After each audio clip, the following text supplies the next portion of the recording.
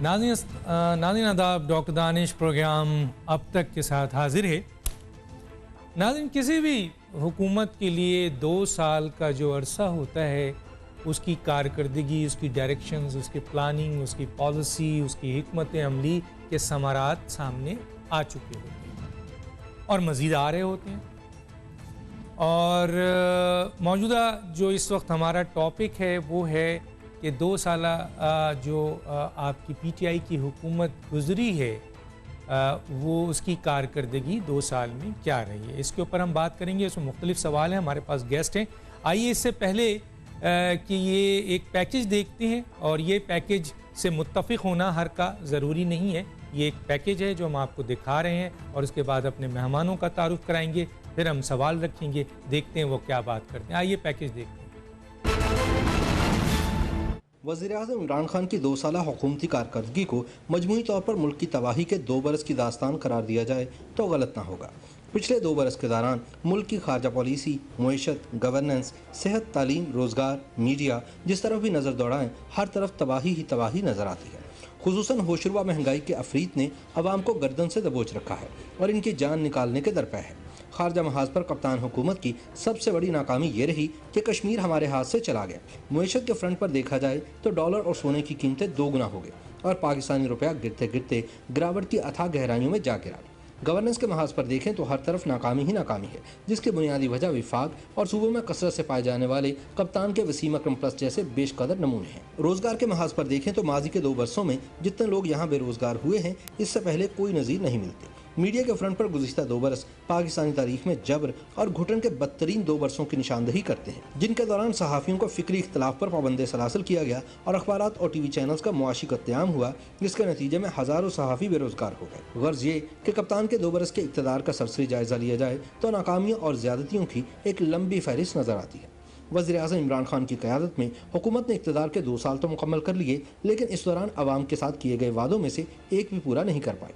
हाँ, कप्तान ने अपने माजी के तमाम वादों पर एक एक करके यू टर्न लेकर ज़रूर दिखाया है और इसका जवाब ये पेश किया है कि इन्होंने ये तमाम यू टर्न वसीतर कौमी मुफाद में लिए, और वैसे भी यू टर्न लेना तो अजीम लीडरों की निशानी होती है। कप्तान सरकार के 2 बरस के दौरान मुल्क में महंगाई और बेरोजगारी में तारीख साज इजाफा हुआ और बुनियादी अशिया ज़रूरियात की कीमतों पर काबू पाने में मुकम्मल नाकामी का सामना करना पड़ा। आवाम के साथ होने वाले जुल्म और ज़्यादती का अंदाज़ा इस बात से लगाया जा सकता है कि मुल्क में आटा और चीनी नायाब हो गए और इनकी कीमतों में भी होशरुबा इजाफा हो गया। जब आवाम के एहतजाज पर आटा और चीनी स्कैंडल की तहकीकात की गई तो पता चला कि इन दोनों स्कैंडल्स में कप्तान के करीबी रफ़ाका मुलव्विस थे। ताहम बजाय ये कि जहांगीर तरीन और दीगर चोरों के खिलाफ कोई एक्शन लिया जाता, इन्हें मुल्क से फरार करवा दिया गया। PTI की आला क़यादत ने हुकूमत में आने के बाद कई मौके पर इंतखाबात से कबल अपनाए गए मौक़िफ़ से यू टर्न लिया, जिससे इसकी तब्दीली के दावे अपनी अहमियत खो बैठे और अवाम में मकबूलियत का गिराफ गिरने लगा।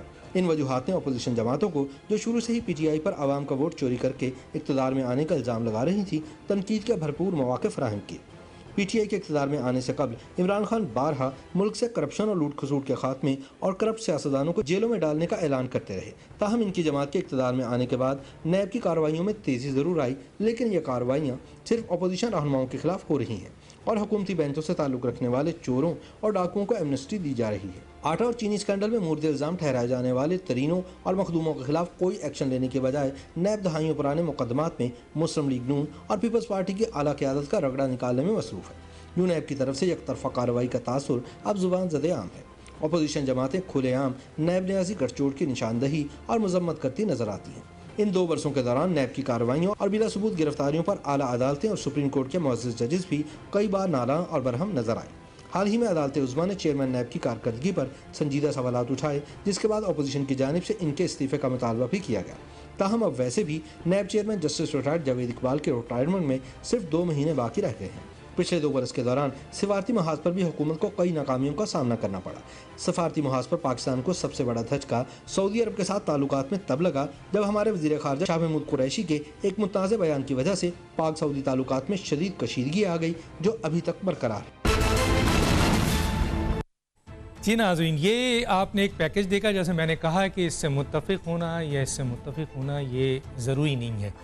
एक बात जो है वो ये है कि आपके आज ही हुकूमत का, इससे पहले भी हुकूमत का 2019 में भी बयान है वज़ीर आज़म का, लेकिन आज भी एक बहुत अहम बयान है जो वज़ीर इत्तलात का कि मुल्क खुशहाली के डगर पर चल पड़ा है, यानी उस रास्ते को उन्होंने उस रास्ते पे आ चुके हैं और अब आने वाला वक्त जो है वो बहुत सुनहरा है। तो ये स्टेटमेंट है उनकी। और अब जो मेरे पास जो गेस्ट हैं आज के प्रोग्राम में, अब तक डॉक्टर के इस प्रोग्राम में, वो मैं आपके सामने पेश करता हूँ। नदीम अफजल चंद, तर्जुमान बराए वज़ीर आज़म पाकिस्तान तहरीक इंसाफ, एक बड़ा नाम है, बड़े नफीस आदमी हैं। आपका बहुत शुक्रिया सर, आपने हमें ज्वाइन किया। दूसरे हैं रज़ा हयात हिराज साहब, साबिक वज़ीर मुमलिकत, सीनियर सियासतदान हैं, आपका बहुत शुक्रिया सर, आपने हमें ज्वाइन किया। तीसरे गेस्ट हमारे पास हैं शेख वक़ास अकरम साहब, साबिक वफाकी वज़ीर, सीनियर सियासतदान। आप तीनों का बहुत शुक्रिया सर। एक छोटा सा ब्रेक लेते हैं, फिर वापस आते हैं।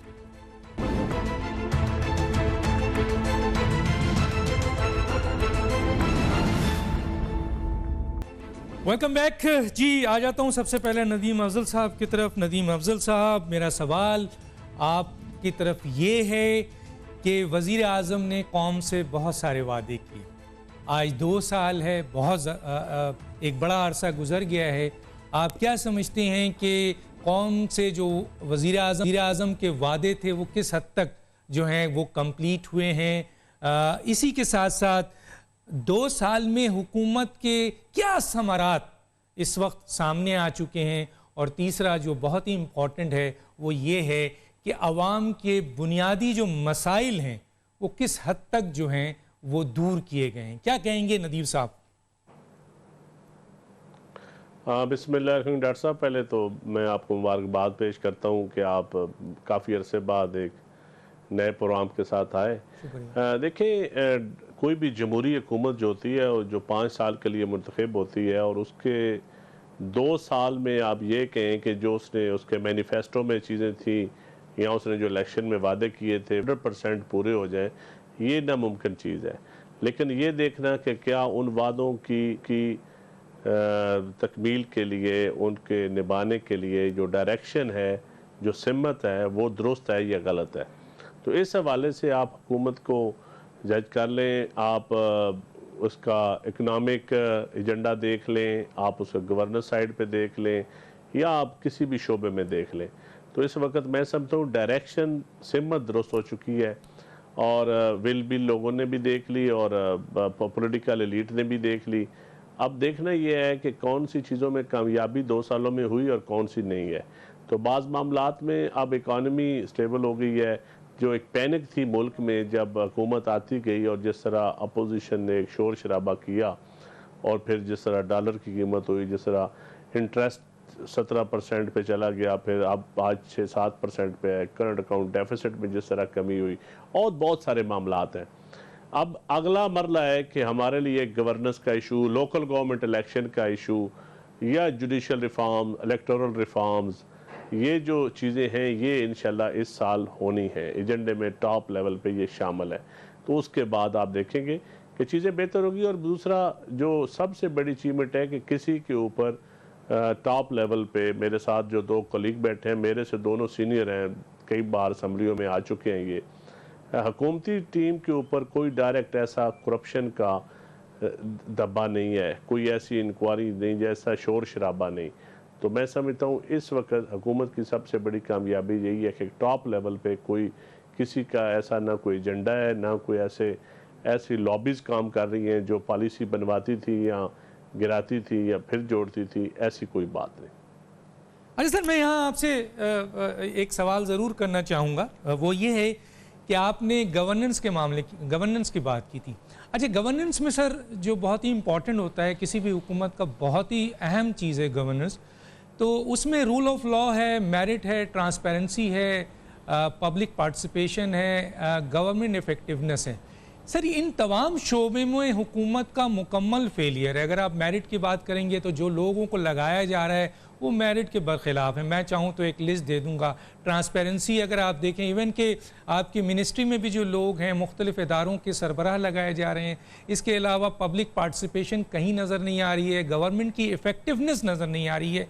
तो एक तरफ तो ये, दूसरी तरफ आवाम के जो बुनियादी मसाइल हैं, जो सबसे अहम होता है हुकूमत का। वज़ीर आज़म का भी वादा था महंगाई, बेरोज़गारी आज 35 लाख से आपने उठाया 1,17,00,000 पे उससे भी आगे निकल गए।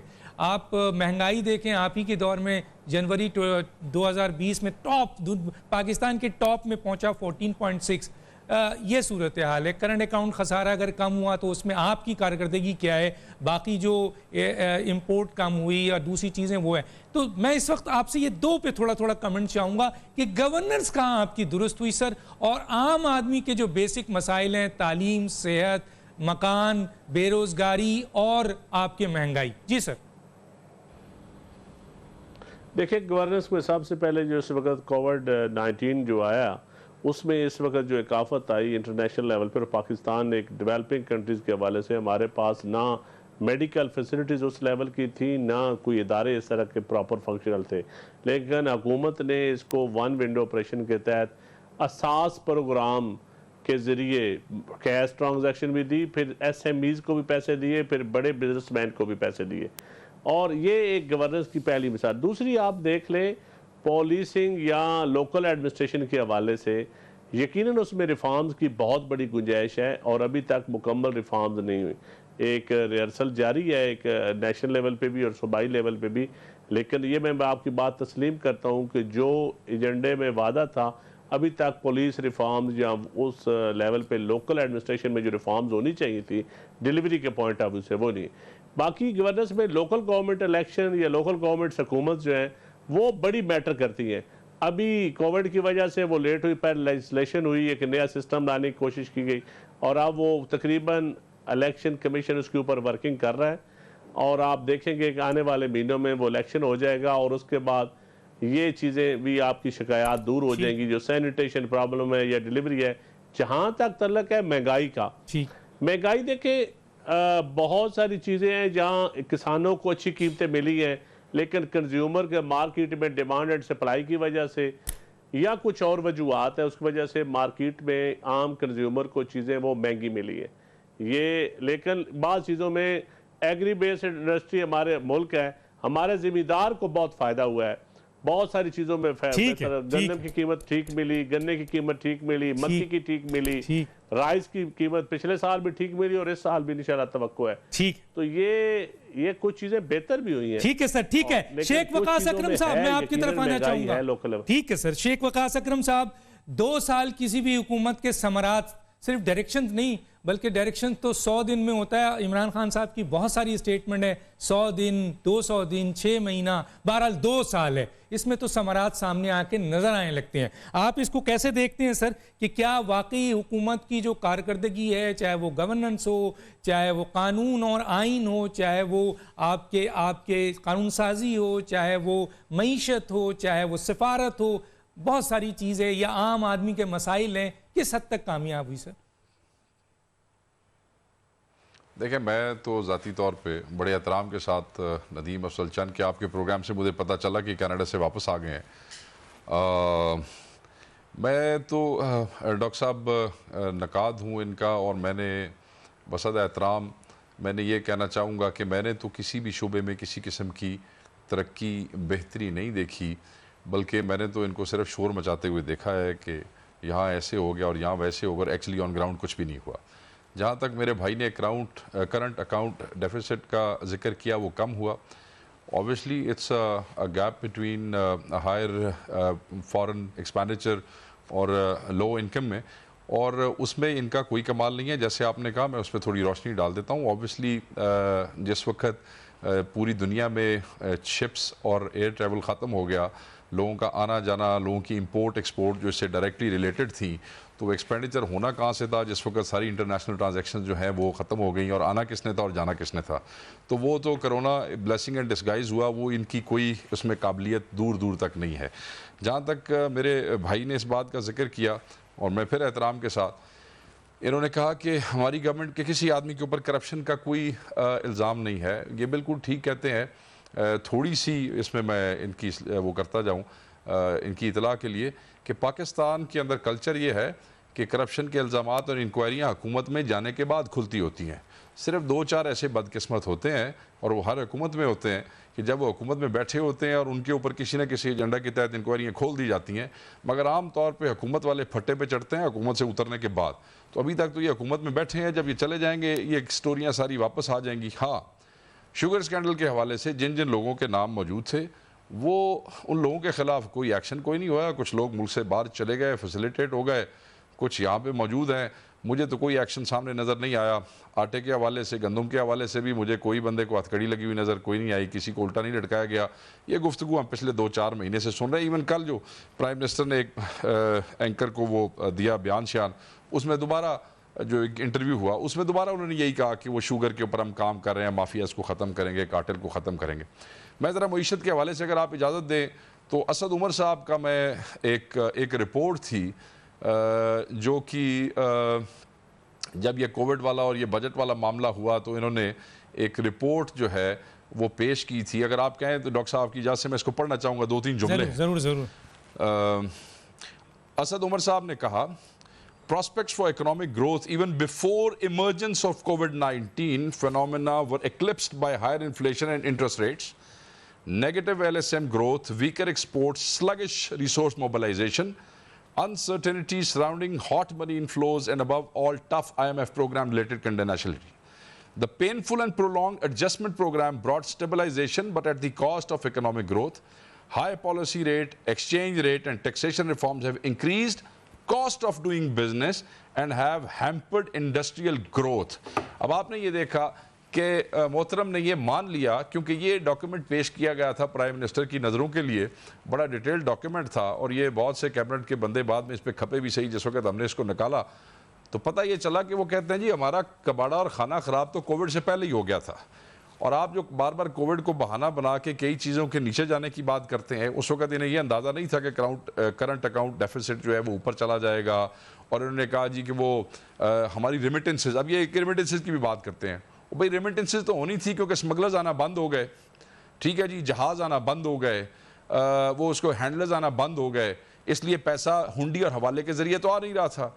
फिर दूसरी बात ये हुई कि एक्सपर्ट्स भी आना बंद हो गए। आमतौर पे बंदे आते हुए 10 पैसे ले आते थे ना बाहर से, वो आने भी बंद हो गए। तो जिन लोगों ने अपने घरों में अपने रिश्तेदारों को पैसे देने थे, उनके पास बैंकिंग चैनल्स के अलावा, डिजिटल चैनल्स के अलावा और कोई चैनल भी नहीं था। अब ये उसको भी अपनी कारकर्दगी बता रहे हैं। मैंने अगले दिन प्राइम मिनिस्टर की ट्वीट देखी, उसके नाल भी ना था, कोई लेना देना कोई नहीं।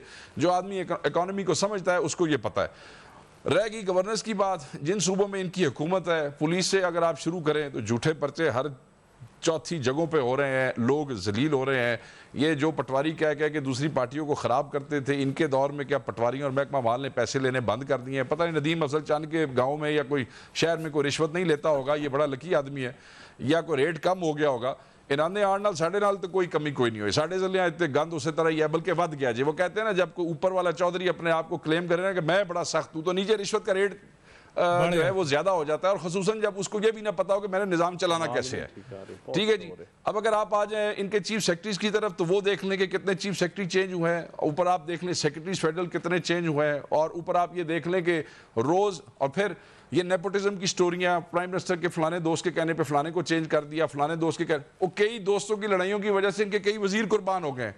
वो आप देख लें ना, वो एक पीटीवी में आप देख लें, वो पीटीवी में एक चेयरमैन जो था, वो क्योंकि बहुत करीबी था किसी दोस्त का, आगे उसकी वजह से हमारा बेचारा वो दोस्त फवाद कुर्बान हो गया, उन्हें उठो जाना पै गया। सो कौन सी गवर्नेंस, कहाँ की गवर्नेंस? मैं एक एक डिपार्टमेंट पे आऊँ तो इतने तो पूरी रात लग जाएगी, थोड़े को टाइम कोई नहीं जे।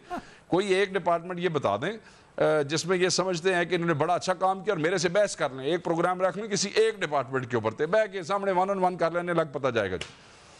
ठीक है, मैं इस पे आता हूँ जनाब रजा हैरात साहब की तरफ। रजा साहब, मेरी आवाज़ आ रही है आपको? मैं लाइन इन कर रहा हूँ। रजा साहब, मेरी आवाज़ आ रही है? रजा साहब, मेरी आवाज़ आ रही है? जी आ रही है डॉक्टर साहब। जी रजा साहब, आप कैसे देखते हैं ये 2 साल कारकर्दगी हुकूमत की? 2 साल हो गए हैं, अब तो लोग कंपैरिजन करना शुरू हो गए हैं कि इससे पहले की जो हुकूमत थी, उससे पहले की जो हुकूमत थी।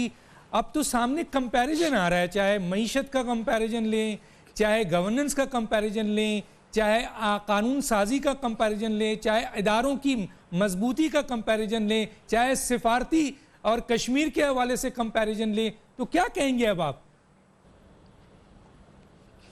डॉक्टर साहब, पहली बात तो ये कि मुझे जो अब तक की कम्युनिकेशन हुई है, मुझे एक लफ्ज़ समझ में नहीं आया, कि मुझे आवाज़ नहीं आ रही थी। अच्छा, अब मैं बिल्कुल ब्लैंक हूँ जो इन दोनों ऑनरेबल आपके पार्टिसिपेंट्स ने बात की है, लेकिन जो मेरी ज़ाती राय है डॉक्टर साहब, मुझे ये नहीं पता कि इन्होंने क्या कहा या नहीं, लेकिन खुदा वास्ते यही देख लें कि एक महीने में जो पाउंड स्टर्लिंग था वो 194 से आज 225 रुपए का हुआ है। ये तो है इनकी फाइनेंशियल पॉलिसी। कश्मीर और वीज़ा वी इज़राइल, उसके बारे में कोई गुफ्तगू करने की ज़रूरत ही नहीं है। सऊदी अरेबिया ने इनसे पैसे मांग लिए, इनको ये भी पता है कि इन्होंने पैसे वापस किए। अब आ जाइए ज़रात की तरफ। ये जो ज़रात की बात मैंने थोड़ी सी आपकी सुनी, जो मुझे आपकी आवाज़ आई, मुझे अफसोस होता है कि जब हमारे यहाँ पे बैठ के हम ना शाह से ज़्यादा शाह के खैर खा होते हैं, हमें मुल्क का खैर खा होना चाहिए। शर्म आनी चाहिए जब हम झूठ बोलते हैं बैठ के एक नेशनल टेलीविज़न के सामने। आपको पता है वज़ीर खुराक ने खड़े होकर नेशनल असेंबली में क्या कहा? उन्होंने कहा मुझे नहीं पता कि 6-7 मिलियन मैट्रिक टन जो गंदम प्रोक्योर की गई थी वो कहाँ गई। गंदम का आज रेट 2200 रुपये है। शर्म आनी चाहिए आज की हुकूमत को कि जिम्मेदार को पैसा मिला। जिम्मेदार को पैसा मिला, जिम्मेदार ने तो बेची 1300 रुपये में और अब आज बेच रहे हैं 2200 रुपये में, और ऊपर से आप कह रहे हैं जिम्मेदार को पैसा मिला। ये है तरक्की के राह। मुझे अफसोस इस बात को होता है अपना डॉक्टर साहब कि हमारे मुल्क में अब कोई कायनात में ऐसी ताकत नहीं इस मुल्क में जो कभी जो एंटी करप्शन के अगेंस्ट कोई लॉ ला सके, एंटी करप्शन में कुछ कर सके। एंटी करप्शन का नारा था, हमने इतना लगाया, मैं खुद पीटीआई का बदकिस्मती से टिकट होल्डर था, और इतना नारा लगा कि आज के बाद आपके ख्याल में इस मुल्क में अकाउंटेबिलिटी होगी? Never, impossible. हमने झूठ इतना बोला कि वो सच दिखाई दिया। आज हालत ये है कि वो इदारा जो इस हुकूमत को सपोर्ट करने को आता है अपनी क्रेडिबिलिटी ख़राब और तबाह कर बैठता है। आज सबसे बड़ी उंगली उठ रही है हमारी अस्करी क़यादत पे कि इस हुकूमत को सपोर्ट करने की वजह से वो अनपॉपुलर हो रहे हैं। क्यों? किसने हक दिया है कि किसने हक दिया है इस हुकूमत को कि हमारे असासा, चाहे वो जुडिशरी हो, अदलिया हो, अस्करी क़यादत हो या इंतज़ामिया हो, उनको हम बदनाम करें? पंजाब के ख्याल, अब पंजाब में आपके ख्याल में हुकूमत चल रही है, एक ऐसे आदमी को बैठाया गया पंजाब की हुकूमत में। ये तो राजा इंदर भी ऐसे काम नहीं करता था जो ये हुकूमत ने काम कर दिया है।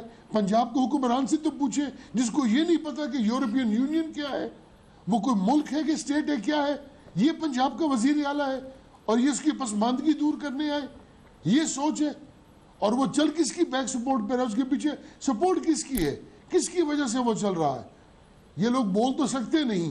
पंजाब में क्या हो रहा है उसकी पसमानदगी इलाके की तो ख़त्म नहीं हुई, लेकिन ये मैं ज़रूर कहूँगा कि इस एक फ़र्द वाहिद की पसमानदगी ख़त्म हो गई। हमें अफसोस होता है, आज वक्त ये नहीं था, इनको चाहिए था हार्मोनाइज करते। आज जब एहतसाब होता है तो लोग उसको इंतकाम समझते हैं, गलत है, नहीं होना चाहिए था। एहतसाब ओवरबोर्ड होना चाहिए था, क्रॉस द बोर्ड होना चाहिए था, सब के सब लोगों के खिलाफ होना चाहिए था। ये स्टैंड था। ये नहीं है कि जो हुकूमत में आ गया वो बरीउल ज़िम्मा है, वो पाक है, वो साफ़ है, उससे कोई नहीं पूछेगा। लेकिन जो हुकूमत से हट गया वो टारगेट हो गया। इंतकाम नहीं होना चाहिए। आपको एक फेयर प्लेइंग फील्ड होनी चाहिए तमाम प्लेयर्स के लिए, तमाम स्टेक होल्डर्स के लिए। क्या है फाइनेंशियल पॉलिसी, मुझे ये तो बतलाया जाए क्या है। ये है फाइनेंशियल पॉलिसी डॉक्टर साहब कि मुल्क का दिवालिया निकल गया। आपने जगह जगह जाके कुछ कॉल उठाए। एक इदारा आपके पास है जो प्रॉफिट में जा रहा हो, और 2 साल, अब तो हुकूमत का तीसरा साल जनाबे वाला शुरू है। आप ये समझ लीजिए कि अगर आपने 5 सालों बाद, आपके एजेंडा में 4 साल है, पीटीआई के एजेंडा में इलेक्शन करवाना 4 साल के बाद का एजेंडा है। फ़र्ज़ कर लीजिए अगर आप अपने एजेंडे पे चलते हैं तो आपने आधा वक्त अपना गुजार लिया, और अगर नहीं भी गुजारा, अगर 5 साल पे भी जाए तो आखिरी साल इलेक्शन ईयर होता है, आप उसको काउंट ही ना कीजिए। बिल्कुल बिल्कुल सही कहा ये आपने। बताइए क्या रिजल्ट दिए? बिल्कुल सही कहा, रिजल्ट दिए इस मुल्क के आपने। बिल्कुल सही कहा। मैं आगे चल के बात करूंगा। और एक बात है कि अगर डायरेक्शन के लिए सिर्फ 2 साल ने डायरेक्शन दिया, 2 साल में सिर्फ डायरेक्शन दिया है, तो फिर तो ये खुद आप अब कह रहे हैं कि हमारी हुकूमत की नाअहलियत है। हालांकि डायरेक्शंस तो जो हुकूमतें आती हैं वो तो शैडो काबीना के ज़रिए पहले से ही तैयारी होती है। और मेरी इत्तलात के मुताबिक मज़ारी साहबा के घर पे 6 महीने से तमाम चीज़ों की तैयारियां हो रही थी, बहुत बड़ी बड़ी बातें हो रही थी, बहुत बड़ा बड़ा काम हो रहा था, लेकिन रिजल्ट नहीं है। तो डेफिनेटली ये सवाल आएगा। एक छोटा सा ब्रेक लेते हैं, फिर वापस आते हैं और फिर बात करते हैं।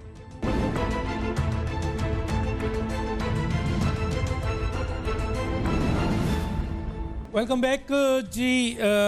नदीम अफजल चंद साहब, वैसे तो मेरे पास एक लिस्ट है पूरी सर, तकरीबन 100 ऐसे बयानात हैं जिसमें अमल दरामद नहीं हुआ, ये यू टर्न ले लिया गया। मैं इसको अभी डिस्कस नहीं करना चाहता, मैं सिर्फ 2 इशू उठा रहा हूँ। सफारत पे भी बात हो गई, मईशत पे बहुत कुछ बोला जा सकता है अभी, लेकिन मैं वक्त कम है, तो मैं 2 इशू पे आपकी राय जानना चाहता हूँ। आपका बड़ा नाम है, बड़ी खिदमात हैं, पब्लिक अकाउंट्स कमेटी में भी आपका है, जहाँ भी आप रहें आपकी बड़ी इज्जत और बड़ी रिस्पेक्ट है।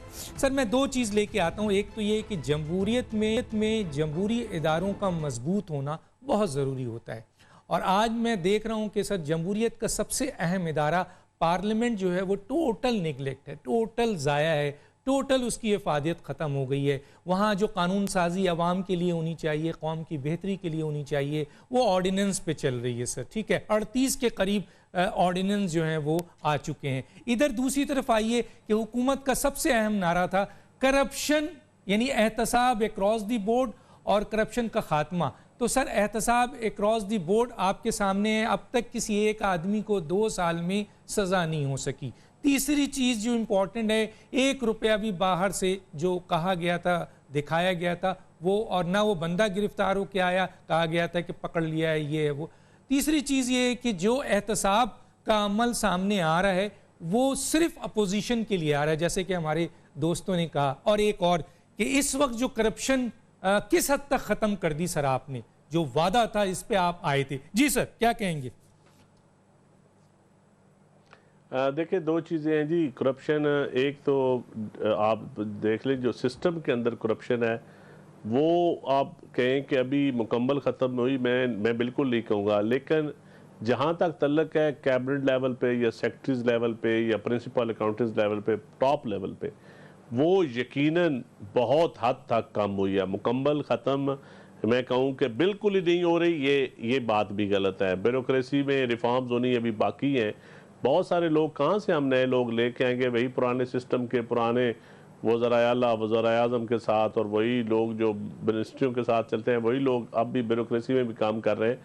लेकिन एक चीज़ जो दूसरी आप कहते हैं पार्लियामेंट की बात, पार्लियामेंट में लेजिस्लेशन हमेशा या तो 2/3 मेजॉरिटी हो या बहुत बड़ी मेजॉरिटी हो, सेनेट में भी मेजॉरिटी हो, फिर हुकूमत ज़िम्मेदार होती है। जब सेनेट में अक्सरियत अपोजिशन की हो तो फिर अपोजिशन का भी उतना ही रोल है जितना हुकूमत का है। इस वक्त बहुत सारी लेजिस्लेशन हो भी चुकी है, लेकिन बहुत जहाँ तक हुकूमत और अपोजिशन सेम पेज पे आ जाते हैं वहाँ लेजिस्लेशन हो जाती है। लेकिन बहुत सारे इशू ऐसे हैं जहाँ अपोजिशन बिल्कुल लेजिस्लेशन नहीं करने दे रही हुकूमत को फेल करने के लिए, ताकि हुकूमत ना चले, और उसमें पार्लियामेंट की बेतौकीरी भी शामिल हो जाती है। पार्लियामेंट के अंदर जिस किस्म की डिबेट्स होती हैं दोनों साइड पे, अपोजिशन की तरफ से भी और हुकूमत की तरफ से, मैं तो उसको अप्रिशिएट नहीं करूँगा, सच्ची बात है। लेकिन मैं समझता हूँ कि इस साल इन आखिरी इजलास में जो अच्छी बातें हुई हैं, उससे पहले भी बड़े बड़े सीजन लोग बैठे हुए हैं, तो अब वो डिबेट उम्मीद है तीसरे साल में एक अच्छे लेवल पर जाएगी। और लेजिस्लेशन के ऊपर भी हुकूमत और अपोजिशन के दरमियान इस वक्त मज़ाकरात हो रहे हैं। जिस तरह आज कराची के मामले में अपोजिशन और हुकूमत इकट्ठे बैठे, इसी तरह मैं समझता हूँ लेजिस्लेशन के ऊपर भी आने वाले दिनों में जो लेजिस्लेशन बहुत ज़रूरी है डे टू डे वर्किंग के लिए या रिफॉर्म्स के लिए, इदारों में रिफॉर्म्स के लिए बहुत सारी रिफॉर्म्स करनी है, उसमें अब ये साल बहुत अहम है।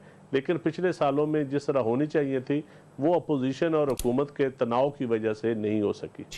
ठीक है सर। मैं आता हूँ जनाब शेख वकास अकरम साहब की तरफ। इस पे सर आपका पॉइंट ऑफ व्यू भी चाहिए, इदारे, करप्शन, एहतसाब, और दूसरा ये जो इदारों में अहम जगहों पर जो ट्रांसपेरेंसी और मेरिट और जो चीज़ें सामने हैं उसको आप कैसे देखते हैं सर? देखिए पहली बात तो ये है कि जहाँ तक मेरे भाई ने तनाव की बात की है, वो मुझे यहाँ तक याद पड़ता है जिस वक्त ये हुकूमत फॉर्म हुई थी तो उस वक्त पीपल्स पार्टी के कायद जो हैं को चेयरपर्सन आसिफ अली जरदारी साहब ने कहा था कि हम आपके साथ मिलकर काम करना चाहते हैं। दूसरी तरफ मियाँ शहबाज की तकरीर भी मुझे याद है कि उन्होंने कहा ठीक है जैसे भी सही आप बन गए हैं but we will accept and work with you. It was the prime minister of Pakistan Imran Khan साहब जिन्होंने इस बात का मजाक भी उड़ाया और उसके बाद मुसलसल 2 साल इनकी पार्टी के रवैये और लहजों की वजह से इन चीज़ों में रुकावटें आई। अभी जो 2 दिन पहले एक इंटरव्यू जिसका मैंने पहले जिक्र किया एक एंकर के साथ, उधर भी खान साहब ने जहाँ हमने 2 साल में डायरेक्शन सेट कर दिया तो I disagree with him totally, वहाँ उन्होंने दोबारा अपोजिशन को रगड़ा कि कुछ भी हो जाए मैं इन्हों नहीं छड़ांगा। तो मैं ये समझता हूँ कि जिस लेजिस्लेशन पे इनकी ले दे या बैठ के नेगोशिएशन भी होती है वो इसलिए नहीं होती, ये दोनों घर झूठ बोलते हैं कि जी हम कोई कौम के मुफाद में लेजिस्लेशन कर रहे हैं, वो केसों में फंसे हुए हैं, कई उनको कंसेशन चाहिए होते हैं, ये वैसे हुकूमत चलाने में गरीब फंसे हुए हैं, इन्होंने वास्ता काम नहीं सी और वो इसलिए तो आज आके किसी कॉमन ग्राउंड्स के ऊपर कुछ ले कुछ दे के ऊपर कोई लेजिस्लेशन हो जाती है और उसके ऊपर फिर हुकूमत बगले बजाने लग जाती है। जहाँ तक रह गया करप्शन का मामला, देखें मेरे भाई ने कहा कि बड़े लेवल के ऊपर कम हो गई है, तो बड़े लेवल के ऊपर पहले भी अगर आप देखें पिछली हुकूमतों में भी तो सिर्फ चंद ऐसे सेक्रेटरी या वज़रा होते थे जो खाते थे। कोई अगर 50 डिपार्टमेंट है या 20 डिपार्टमेंट है तो सारे सेक्रेटरी नहीं थे खाते और सारे वजीर नहीं थे खाते। उस वक्त भी करप्ट लोग ऊपर वाले लेवल पे कम होते थे। हाँ, वो ऊपर से करप्शन चलती थी टॉप से, प्राइम मिनिस्टर हाउस से या उधर से, तो फिर वो एक अलग चीज़ होती थी। मगर यहाँ पे अब भी ऐसे ही है, यहाँ पे सारे वजीर जो हैं, मैं क्यों किसी के ऊपर खुदा न खास्ता या सेक्रेटरीज के ऊपर उंगली उठाऊँ, मगर हाँ है, वज़रा भी हैं, सेक्रेटरीज भी हैं, नीचे चेयरमैन डीजीज भी हैं जो खा भी रहे हैं। देखें वो जो खातून इनकी गई है जिसको तानिया आयदरुस के नाम से खातून थी, वो की केस थी। ये जो ट्रांसपेरेंसी की बात करते हैं, अब एक खातून आती है और वो डिजिटल पाकिस्तान के नाम से एक कंपनी जो है वो सेक्शन 42 के तहत SCCP के अंदर रजिस्टर कराती है। उसके बाद 2 हफ्तों के बाद उसको उसी कंपनी के सब्जेक्ट के हवाले से वजारत एक बना के उसको वज़ीर का स्टेटस दे दिया जाता है और उसके बाद वो अपनी कंपनी और उसी में से ठेके अपनी कंपनी को देने के लिए चल पड़ती है और बाद में वो बेशर्मी से टीवी के ऊपर आके मान भी जाती है और फिर पाकिस्तान डिजिटल होंदा ही रह गया जी। देखा तुसी पाकिस्तान डिजिटल होने लगा सी क्योंकि उसने आके कह दिया था कि खान साहब ने मुझे कहा घबराना नहीं है। खान साहब तो घबराए कोई नहीं, उन्होंने तो कोई नहीं घबराना 5 साल तक, मगर यह कि बीबी आप घबरा के टुर गई। उसके अलावा जफर मिर्जा के ऊपर जो करप्शन केस था आपको याद होगा, इस वक्त भी नैब में इंक्वायरी है, इस वक्त भी नैब में इंक्वायरी है, FIA में इंक्वायरी है। वो जो मास्क स्मगलिंग का केस और इंडिया से जो लाइफ सेविंग ड्रग्स के नाम पे विटामिन जो है वो इंपोर्ट इन्होंने की थी, वो केस इस वक्त भी है। इनका एक हेल्थ मिनिस्टर ऑलरेडी जो है उसको इन्होंने हटाया इसलिए कि मीडिया से हमें पता चला कि उस पर करप्शन के कोई चार्जेस हैं। खान साहब गुस्से में आ गए, उन्होंने हेल्थ मिनिस्ट्री तो हटा के पूरी पार्टी का कोई सुनिया कोई जनरल सेक्रेटरी या कोदा दे छड़िया ने। अच्छा, अब आप आगे आ जाएं तो मतलब मैं 1 बाय 1 अब अगर चलता जाऊं तो फिर कौन कौन से महकमे हैं। और दूसरी तरफ जो आप जो है ना जी, जो डायरेक्शन है वो डायरेक्शन इनकी वो सीधी नहीं है।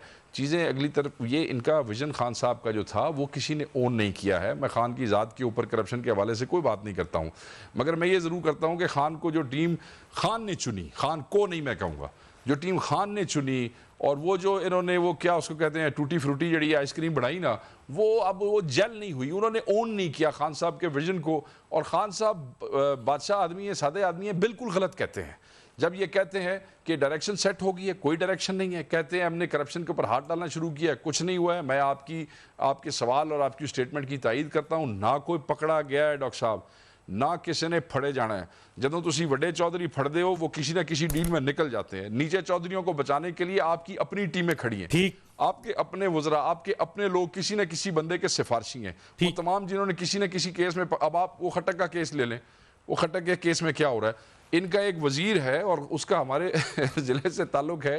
वो कल एक फेडरल मिनिस्टर, मैं गवर्नर की गाल सुन लेना ज़रा, एक फेडरल मिनिस्टर ने तहरीक इस्तेकाक पेश की है अपने एक और रिश्तेदार MNA के साथ मिलके कि जनाब वो पोस्टमार्टम के बगैर मुझे लाश चाहिए थी, पुलिस ने मुझे नहीं दी, किसी MPO को दे दी। इससे बड़ा मजाक हो सकता है?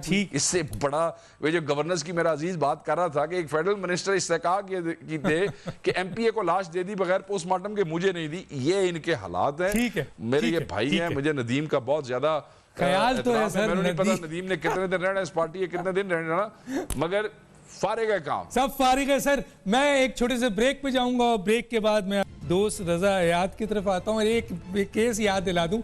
वज़ीर आज़म साहब ने कहा कि बुज़दार पर जो शराब लाइसेंस का केस बनाया नैब ने, वो उस पर उन्होंने एतराज़ कर दिया है। हालांकि बेशुमार केसेस जो नैब इस वक्त चला रही है, 2 साल हो गए, चार्जशीट नहीं करती है और अदालतें उनको बरी कर रही हैं। इससे बड़े शर्म का मुकाम क्या है नैब के लिए? मैं इस वक्त ज़्यादा बोलना नहीं चाहता, वरना मेरे पास इतने फिगर्स हैं कि मैं लाकर सामने रख दूं। और यकीनन सही कहा है कि मौजूदा हुकूमत में आप सारी शवाहिद भी दे देंगे तो कोई भी इनके खिलाफ काम नहीं होगा, क्योंकि ये सारे एहतसाबी इदारे टोटल इस वक्त जो है हुकूमत के कंट्रोल में। एक छोटा सा ब्रेक, फिर वापस आते हैं।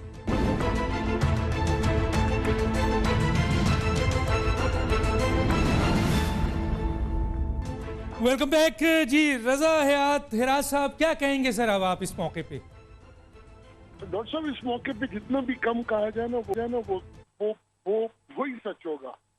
डॉक्टर साहब, तबाही तो पूरे मुल्क की निकल गई ना। अब तो हमारा हाल ये है कि अफगानिस्तान की करेंसी हमारे से ज्यादा स्ट्रॉन्ग। यस।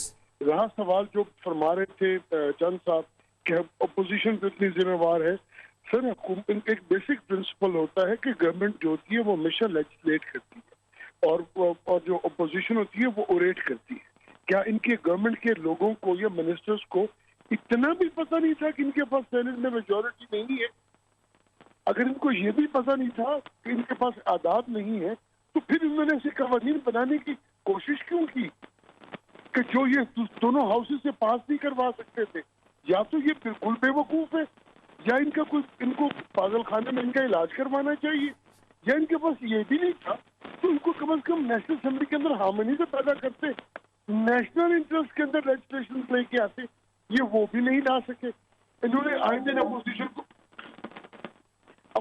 को इन्होंने कॉर्नर किए रखा। उसका रिजल्ट क्या निकला आखिरकार? उसका रिजल्ट ये निकला कि आज दिन तक 0 लेजिस्लेशन है। जो ऑफर मारे थे 6 महीने पहले से शेडो कैबिनेट शुरू हुई। मुझे बताइए, ये जो असद उमर साहब थे वजीर खजाना बने, क्या ये सिर्फ लोगों से झूठ ही बोलते रहे, या सब झूठ बोल रहे थे, या आज झूठ बोल रहे? अगर इनके पास कोई एक्सपर्टीज नहीं थी फाइनेंस की, तो फिर इस मुल्क के साथ ये तबाही, ये खिलवाड़ क्यों किया?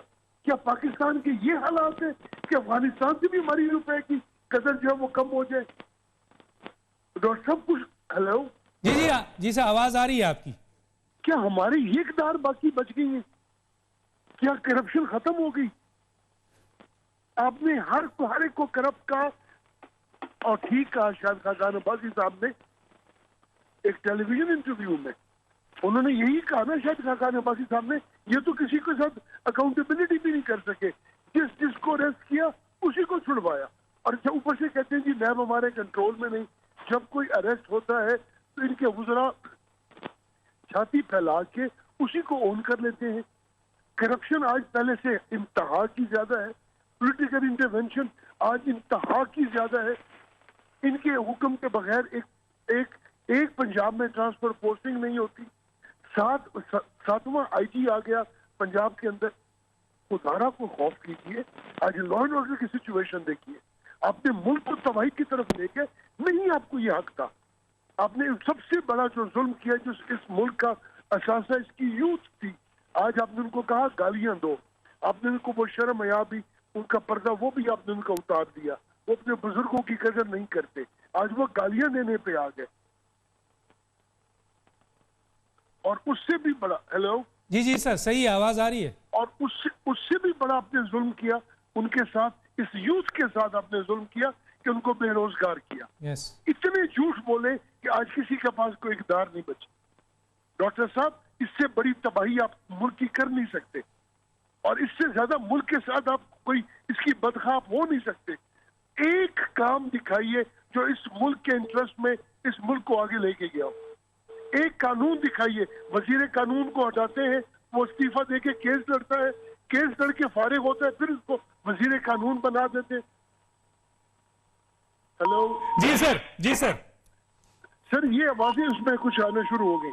जी सर, सर वक्त खत्म हुआ चाहता है। मैं किसी स्टेज पर मजीद बात करूंगा। एक बात जरूर कहना चाहता हूं प्रोग्राम के बिल्कुल एंड पे, कि एक बात ये सोची जा रही थी कि 5 साल का अरसा जो पार्लियामेंट का होता है उसको कम करके 4 साल कर दिया जाए, ताकि ये जल्द से जल्द तब्दीली आए और बेहतर से बेहतर रिजल्ट निकले।